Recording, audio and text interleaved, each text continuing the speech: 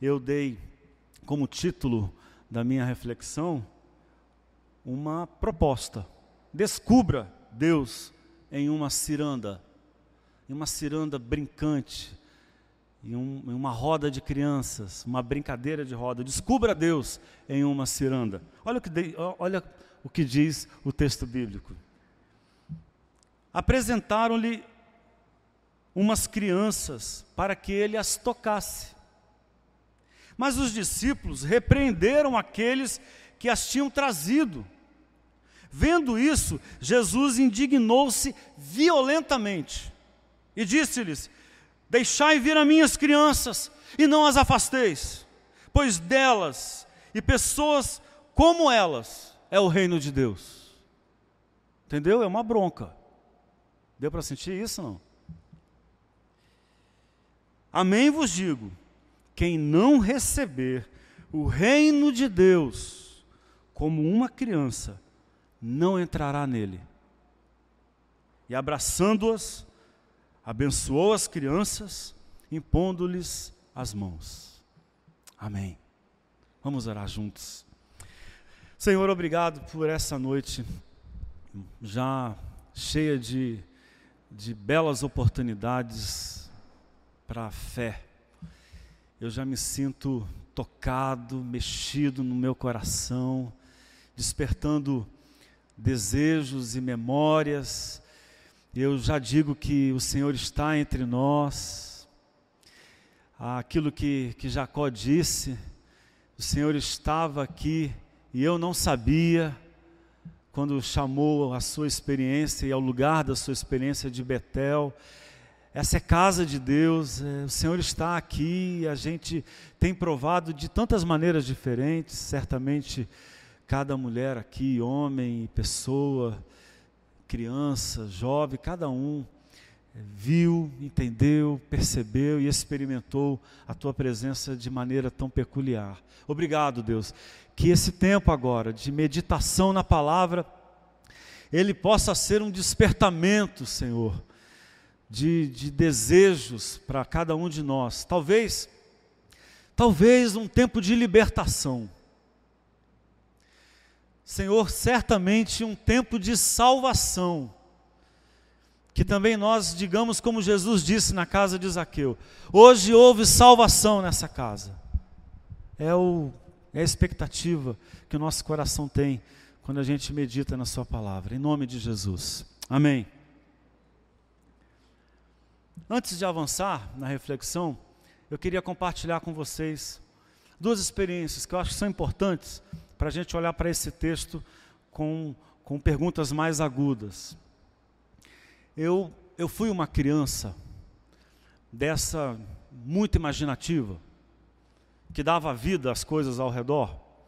Então, na mesa do restaurante, que os adultos estão ali trocando as suas conversas e fofocas, e com muita frequência coisas muito chatas para as crianças, rapidamente eu transformava as coisas à minha volta em algo melhor do que aquela conversa.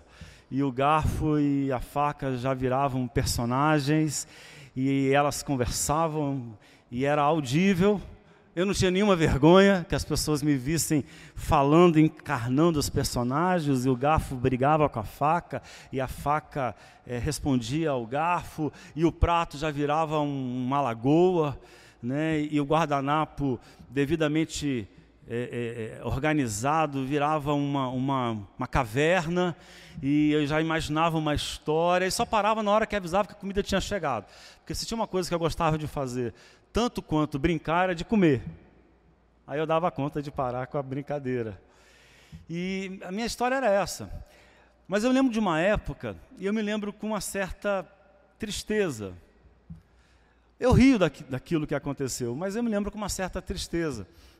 Eu devia ter ali 11, 12 anos, sempre fui bem mais alto que a média dos meus colegas, era compridão, muito magro, e tanto que os meninos, as crianças com as quais eu brincava com elas, com as crianças, elas diziam: um menino grande, né? E tocava o interfone lá em casa, e falava com a mãe dizia, estão mandando o menino grande descer.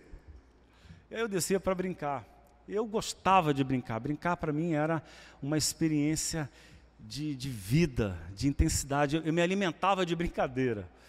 Mas por alguma razão, que eu não sei dizer qual, eu não sei dizer se fui pressionado, se alguém fez alguma piadinha, provavelmente tudo isso, mas em algum momento, brincar passou a ser uma coisa vergonhosa para mim. Eu passei a ter vergonha de brincar. E tomei uma decisão pública, para todos os ouvidos ouvirem, que eu ia doar todos os meus brinquedos, porque afinal de contas eu não era mais criança, né? E eu doei. E deixaram. Esse é o meu desespero, deixaram eu fazer essa loucura. Eu doei a minha coleção de bonequinhos, o Incrível Hulk, Super-Homem, o Batman, o cachorrinho, o cavalinho, o Playmobil, que eu brincava muito com Playmobil. E eu doei todos eles, né? Uma lata que eu tinha cheia de todas as bolinhas de gude. Eu esqueci como se chama aqui no Ceará. As bilas, eu colecionava, era o meu troféu, porque eu me achava muito bom em bolinha de gude. Eu colecionava como um troféu as bolinhas de gude que eu ganhava nas brincadeiras. Eu dei tudo. E aí, eu me lembro disso, que de um dia para o outro, depois disso, a vida ficou cinza. Ficou estranha para mim. E eu não sabia mais nem como me comportar direito. Eu não sabia o que fazer com aquela fissura que eu tinha de brincar, uma vontade de brincar, e eu olhava para as coisas e eu via as coisas brincando comigo. O que eu passei a fazer? A brincar escondido no quarto. Eu me trancava no quarto, dava um jeito de fechar a porta e garantir que ninguém saberia. Eu achava que ninguém sabia o que estava acontecendo. E aí eu lembro que eu tinha um talco, esse talco era uma figura assim, humana, um gordinho e tal, e esse talco já virou um personagem importante das histórias, e o pente se tornou um cavalo, e eu pegava o lençol e já organizava em cima da cama, e virou uma montanha, uma cordilheira, e eu montava ali as minhas histórias e queria brincar muito. E aí a pergunta que eu me faço é, o que aconteceu, né, com o mundo dos adultos, que torna o ambiente inapropriado para brincadeira? Se alguém quiser crescer, ela tem que abandonar qualquer experiência lúdica. O que foi que aconteceu? Que pressa é essa que o mundo adulto tem de transformar uma criança que brinca em um adulto sério e responsável? O que faz com que brincar nesse mundo se torne uma vergonha em algum momento? Um problema? Algo que se tem que abandonar para crescer? O que é que aconteceu? E uma outra experiência, essa foi mais recente, pensando aqui na Bethesda de Curitiba, já referida hoje durante o nosso culto, foi quando nós decidimos, eu e a minha comunidade de fé, nós decidimos que as crianças iriam participar da Santa Ceia. E olha, talvez você já acostumado aqui na Bethesda, diga, sim, óbvio, né? Mas não era, porque as crianças partilharem da ceia era escandaloso. O ambiente da igreja era um ambiente proibitivo, né? A diaconisa ou o diácono olhava feio para a criança que tentasse pegar um daqueles apetitosos pedacinhos de pão, porque fica muito apetitoso quando é proibido, né? Não podia, porque a gente fez a seguinte reflexão: como pode? A parte mais lúdica, talvez, uma das poucas comemorações da igreja, lúdicas, mais brincantes que a gente tem, mais simbólicas, mais divertidas do culto, que é a Santa Ceia, que tem essa linguagem toda simbólica do sabor, tem cor. A parte mais lúdica do culto, as crianças não podem participar dela. E bem depois, é que a gente também chegou à conclusão de que todos devem participar. Mesmo aqueles que não são membros da igreja, devem e podem ser abençoados pela memória de Jesus, tipificado no pão partido e no cálice. E aí a gente tomou a decisão. E eu fiquei pensando o seguinte, que a gente acaba sendo flagrado no mesmo deslize dos discípulos da história que a gente leu aqui. Na hora da ceia, as crianças estão de fora. E por favor, nesse momento do culto, em que as crianças, por alguma razão, não podem participar, Jesus está violentamente indignado entre nós. Elas fazem parte desse espaço, fazem parte desse culto. Há algo presente na nossa infância que nós deixamos escapar, mas não deveríamos. E eu não estou falando aqui, eu tenho muita preocupação com isso, de voltarmos à infância, de deixar o menino que vive em você mostrar a cara. Isso vai ser uma experiência horrorosa. Porque nós não queremos uma comunidade de imaturos, de gente que não assume responsabilidade, de gente que tem um olhar para a vida ingênuo. Tem coisa pior do que ser ingênuo e exposto a tantos perigos. A sua maturidade é um dom, é uma beleza, é uma graça. Amadurecer é a coisa certa a se fazer, boa de se fazer, bonita de se fazer. Então não tem essa proposta, não há nenhuma tentativa aqui de trazer de volta aquela criança. Mas há algo lá na infância que tem um viço, que tem uma intensidade, que tem uma graça, que a gente cala, mas não deveria ter calado, que a gente deveria ter melhorado, que a gente deveria ter conduzido à maturidade junto conosco. Há algo ali do contato com a nossa humanidade mais original, dos afetos mais fortes e bonitos. Eu diria, repito, não com ser ingênuo, mas com ser gente mais viva. Eu diria que gente no seu melhor momento, gente na sua melhor versão, em contato intenso com a vida, gente que não perdeu o contato com a vida, que está conectado com ela, que não abre mão dela. Há algo ali que a gente desperdiça, que a gente joga fora, mas não deveria. E nós temos que olhar para esse texto fazendo essa pergunta: o que é isso que nos falta?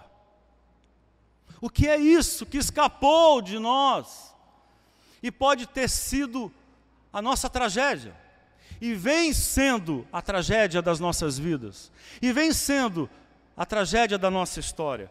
Mas antes eu queria que a gente olhasse para 3 componentes que estão nessa história, que são importantes para a gente entender qual é a indignação de Jesus, ou o que está acontecendo aqui nessa história com as crianças. Primeiro, Marcos ele ajuda a gente. Se você voltar alguns versículos atrás, alguns parágrafos atrás, na história que Marcos está contando, ele desenha para a gente a angústia de Jesus, de estar cercado por uma demanda, por um gasto energético, um gasto emocional, um desperdício de vida, de uma gente que se aproxima dele para colocá-lo em um jogo de poder, em uma disputa por razão.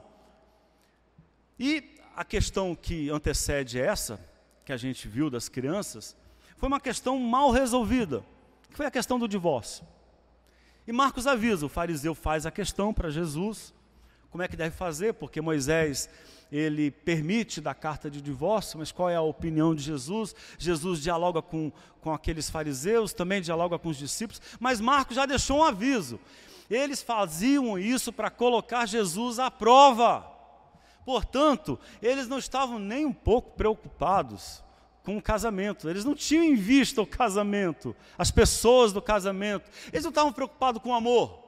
Olha que gente interessada no destino da família, em salvar a família. Eu diria, inclusive, que gente que grita muito por salvar a família, com frequência não liga nem um pouco para a família. Está preocupado muito mais em impressionar, em fazer jogo de poder. Era esse pessoal. Eles não estavam preocupados sequer com aquilo que é certo ou errado. Não estavam preocupados com Jesus. Eles estavam num jogo de poder. A questão ali era desmascarar Jesus. Eles colocavam Cristo o tempo todo nessa relação. E eu diria que com muita frequência é esse o ambiente que nos assalta, que rouba de nós o contato com a vida. Porque tudo aquilo era fake, era uma grande farsa. Divórcio, quem é o meu próximo, o que diz a lei, César, a moeda que se dá a César, tudo era um jogo de cena, era um mise-en-scène, era tudo um jogo de superfície. No coração deles havia desejo de poder, de dominação, de se livrar de Jesus.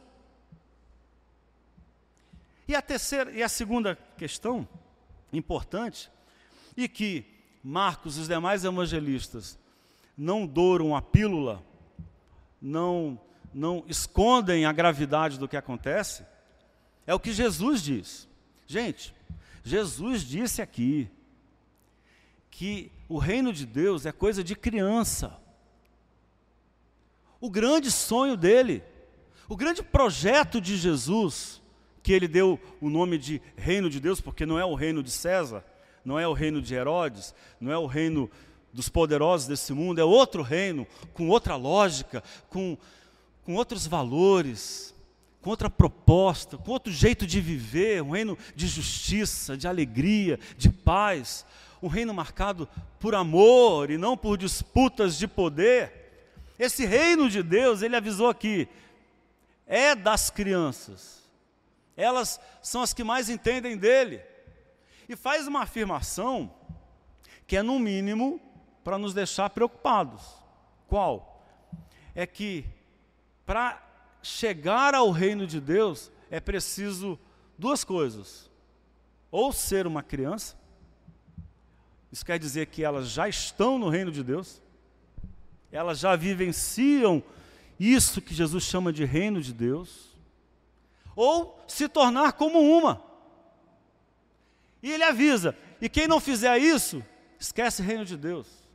Você vai ter o reino confuso, de injustiça, de disputa, de vida fake, vida disfarçada, fantasiosa. Você vai ter esse reino que te desconecta da beleza de viver, da graça de viver, do bem viver. É preciso tornar-se como uma das crianças. E aí nós temos que voltar às perguntas. O que não pode faltar a Jesus e aos discípulos, mas as crianças trazem naquele momento? Elas trazem para Jesus aquilo que não deveria faltar a Jesus e aos discípulos. O que é isso? O que talvez somente elas, as crianças, possam nos devolver. E isso tenha o poder de nos salvar. O que é isso? Que vai encher a nossa vida de tanta graça, de tanta beleza, de tanta bondade, de tanto valor, que a gente vai dizer, é salvação. Estamos salvos. O que é isso? O que é isso que tem nessas crianças que nos colocam no reino de Deus? O maior projeto de Deus para a vida humana, de salvação, de resgate, de recuperação, de trazer de volta aqueles que se perderam. Eu gostaria de sugerir duas respostas, na forma de duas advertências para mim e para você. Primeiro, precisamos recusar a possibilidade da vida ser reduzida à mera sobrevivência. E eu uso essas palavras com muito cuidado. Eu não quero me perder aqui no floreio verborrágico, né? E acabar dizendo coisas que a gente não tem a condição sequer de viver. Às vezes, viver é sobreviver.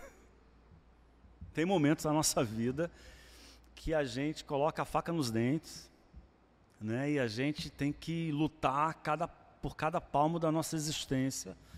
Há momentos em que a gente tem que ir contra o cansaço, o esgotamento, a tristeza, o medo, e seguir para sobreviver, para não ficar pelo caminho. Mas a vida não pode se reduzir a essa tensão.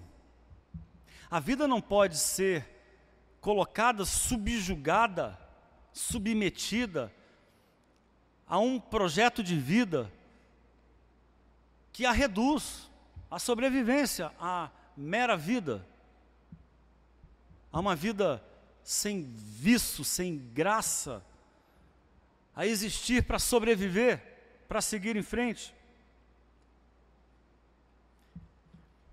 A gente vive em um ambiente, e eu quero olhar para o de Jesus, em que o jogo de forças que está à nossa volta pode nos convencer de que é isso mesmo, que a gente tem que lutar o tempo todo, lutar para mostrar valor.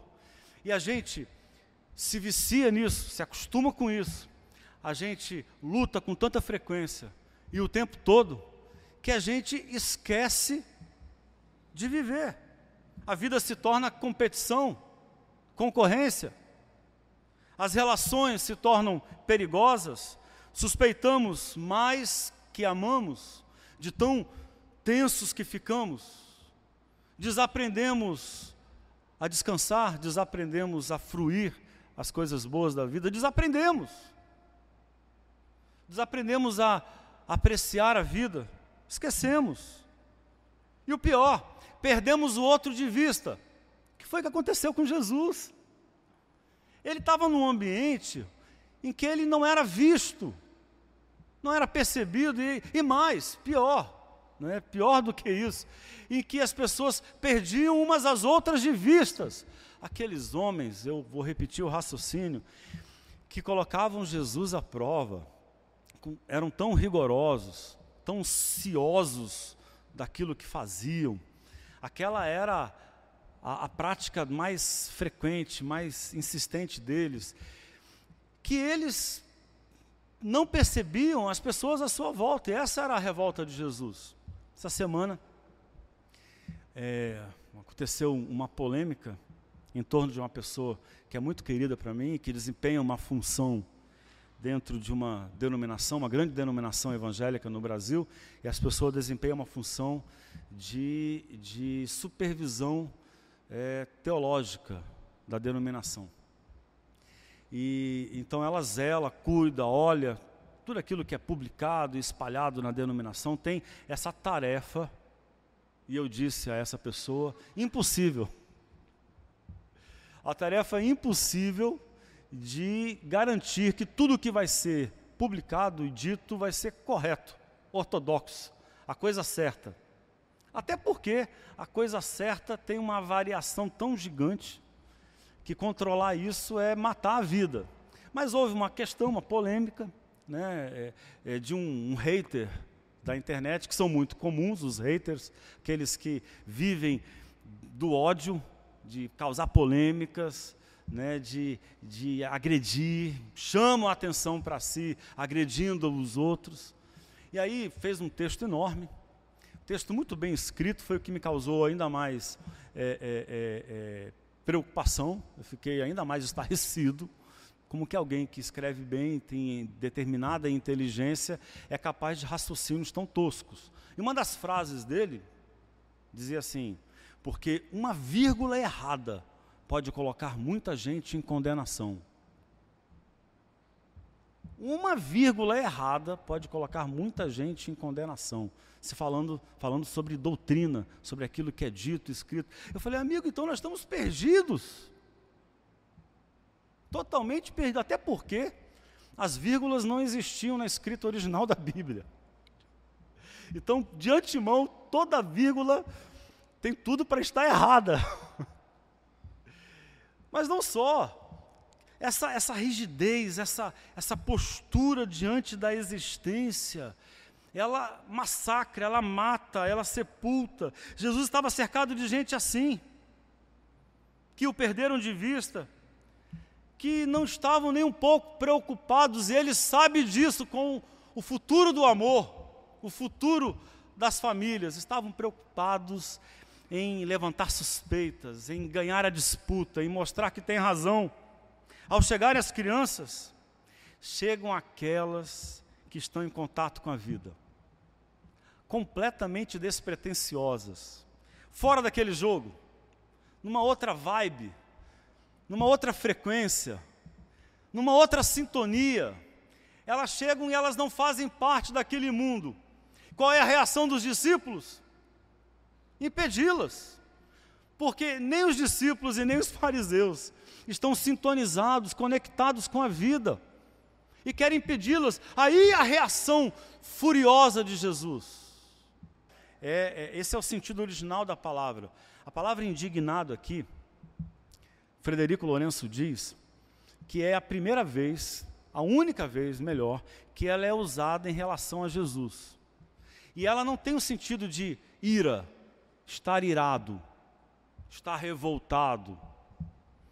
Ela tem o sentido de descontrole emocional, de perder o fio da meada. O dia de fúria de Jesus,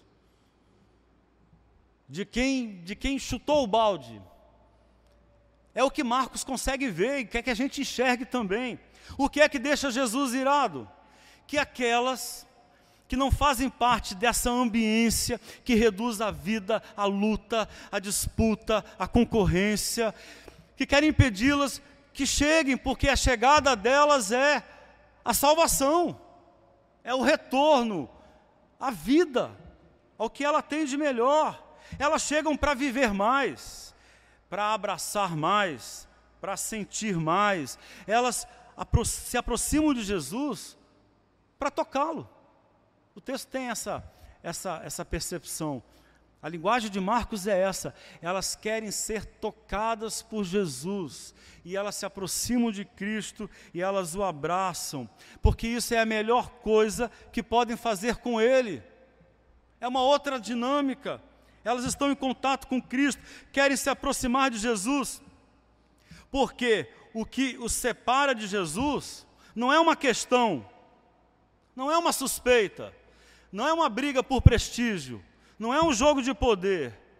Elas estão à distância de um abraço de Jesus. É uma outra dinâmica. Há uma canção, vocês certamente a conhecem, ela é bastante conhecida. Eu diria que é uma dessas que se tornaram hinos entre nós, populares. Ela é do Titãs, se chama Epitáfio.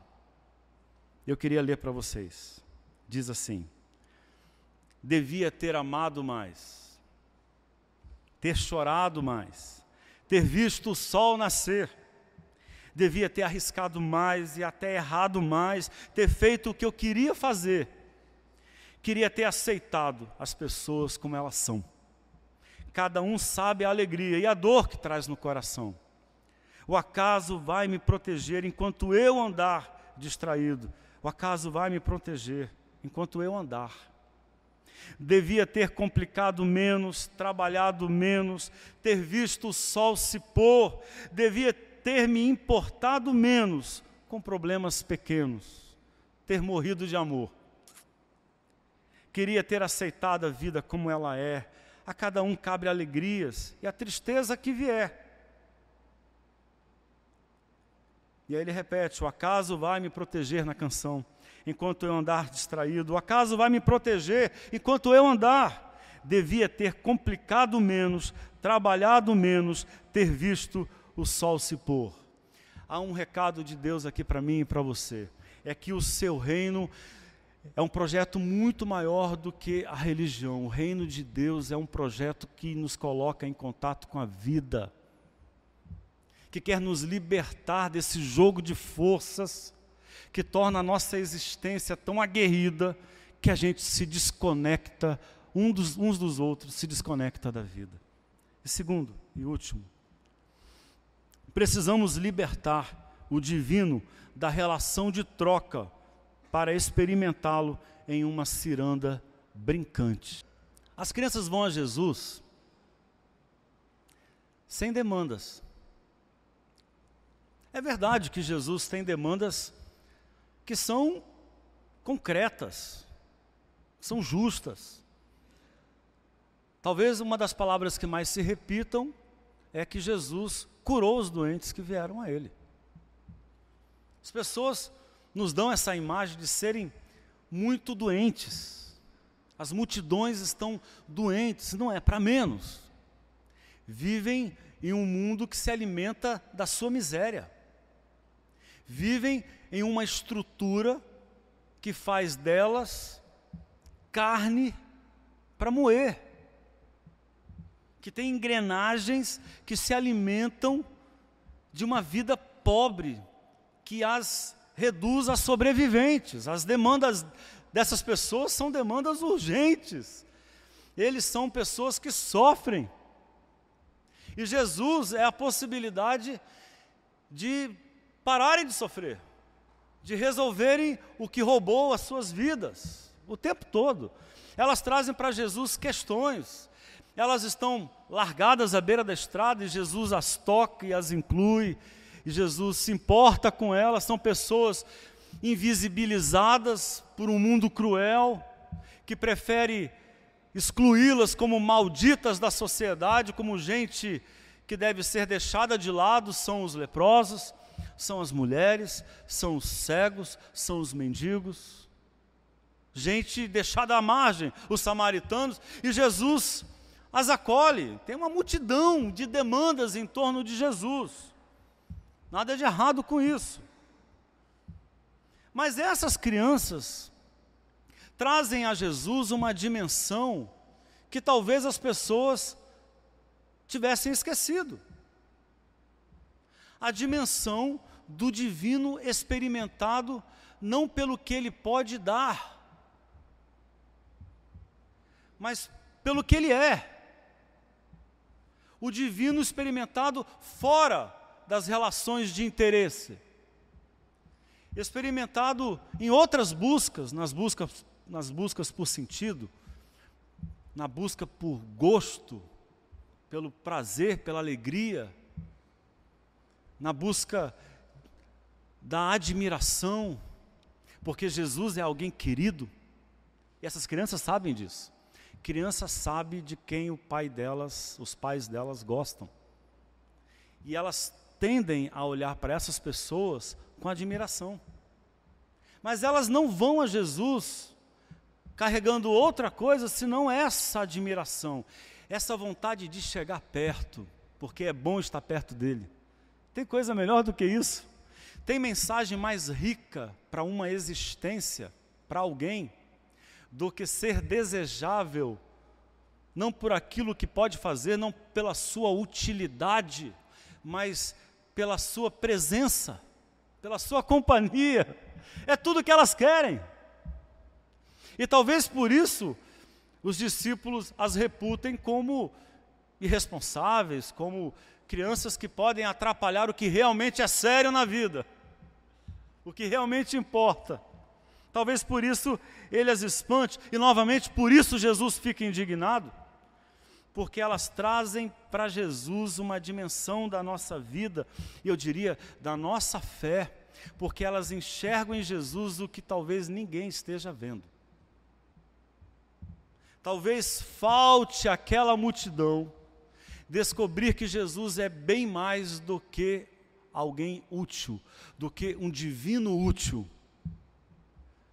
É bem mais do que alguém que se procura para favorecimento, para ter vantagens, para resolver os problemas. Elas não vão a Jesus com problemas para ele resolver.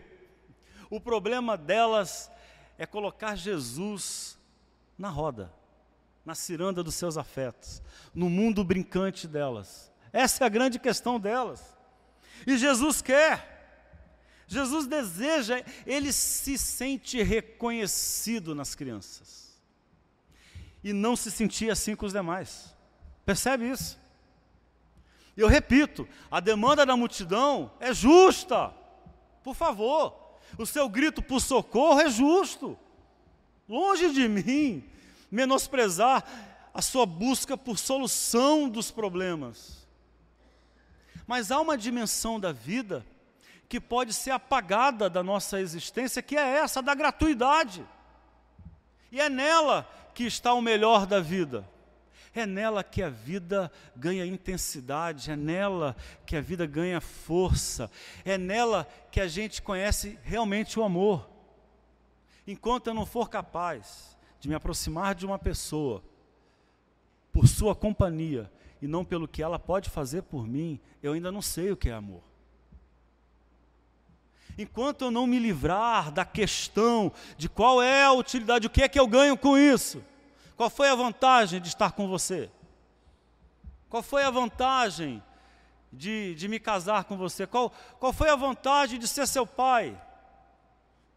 Meu amigo, eu quero te dizer que você não sabe o que é amor ainda. O dia que você descobrir a graça de olhar para uma pessoa e se encantar com ela, você saberá o que é amor. São essas crianças. E eu as vejo assim, envolvendo Jesus em uma ciranda brincante. Cristo dá uma bronca geral, ele se espalha todo.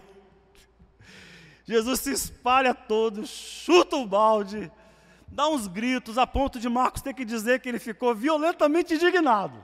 Eu não sei o que ele fez. Se foi só o tom de voz ou se ele fez gestos muito fortes, se deu um empurrão em um, empurrão em outro. Deixa essas crianças em paz. Deixe elas virem a mim. Mas o fato é que as crianças foram a Jesus. E elas são tocadas por ele as toca. Eu quero ver na minha imaginação, e longe de atrapalhar o texto, eu quero ver uma dessas crianças no colo de Jesus, mexendo no seu rosto, futucando o seu rosto, rindo da cara dele.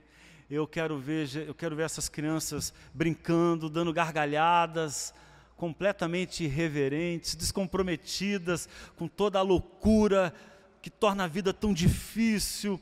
Apesar de toda a loucura que torna a vida tão difícil, elas são capazes de rir.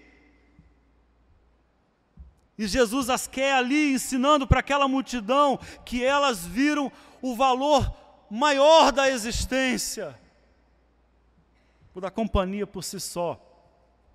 E eu lamento dizer para vocês, eu sei que agora eu vou decepcioná-los muito, mas a ideia de um Deus que dança é muito antiga, gente. A gente está chovendo numa olhada, a gente acha que é a inovação, né? Na internet alguém me perguntou, me mostra esse Deus que dança na Bíblia. Meio brabo comigo, né? A gente acha que está sendo assim, né? Gente que inovou. Mas na verdade, lá na patrística, lá entre os chamados pais da igreja, ou os padres da igreja, nos 3 primeiros séculos, um homem teve a ideia de falar sobre a dinâmica de Deus, ou da Trindade, Pai, Filho e Espírito Santo, usando a imagem de uma ciranda de roda, de uma roda de brincar das crianças. E a palavra que se tornou um termo técnico da teologia muito feio, se a gente lê o termo, a gente vai dizer assim, não, deve ser um troço muito chato, você nem fala para mim, pericorese. Você quer que eu te explique o que é pericorese? Eu não ia querer no seu lugar, mas eu vou fazer assim mesmo, porque a palavra é divertidíssima, ela é uma palavra grega, para falar de uma dança tradicional das crianças, em que as crianças elas faziam uma roda, a roda brincante, e começavam a girar aquela roda, e uma das crianças tinha que ir para o meio da roda para se movimentar, para dançar, para fazer graça, né? E as demais crianças dançavam ao redor dele. A brincadeira era o seguinte, em algum momento a criança saía do meio da roda, ia em direção às que estavam na roda e puxava essa criança, e era ela que tinha que ir para o meio da roda, e a outra criança voltava para o círculo, e elas ficavam ali dançando e se revezando. E o pai da igreja entendeu, o primeiro que usou essa expressão foi Gregório de Nazianzo, entendeu que essa imagem era a melhor imagem que ele poderia usar para falar sobre a dinâmica de Deus na história. Uma dinâmica dançante, uma hora a cara é do Pai, a outra hora é a cara do Filho, e a outra hora a cara é do Espírito, né? E o movimento do Pai, do Filho, do Espírito, dessa trindade brincante de tantas caras, que se revela a humanidade com riqueza e criatividade, parece que chega a nós para eles como as crianças, dançando e nos convidando a enxergar a existência. Essa imagem aqui é uma imagem que foi pintada para descrever a pericorese. E eu diria que é o que a gente vê em Jesus aqui, é o que aquelas crianças viram. Elas encontraram o divino exatamente no instante em que Experimentar o divino não era uma questão do que eu vou ganhar com isso, do que o divino pode fazer por mim, de qual a bênção que eu vou levar para casa, de qual o favor que ele vai me dar, de qual a vantagem que eu vou ter na vida, de um encorajamento maior, ou de mais força, ou um milagre, ou um sinal.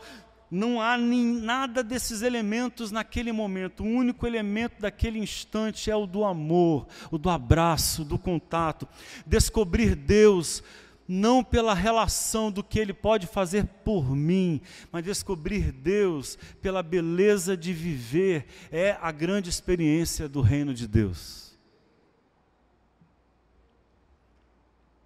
A experiência da qual nós não podemos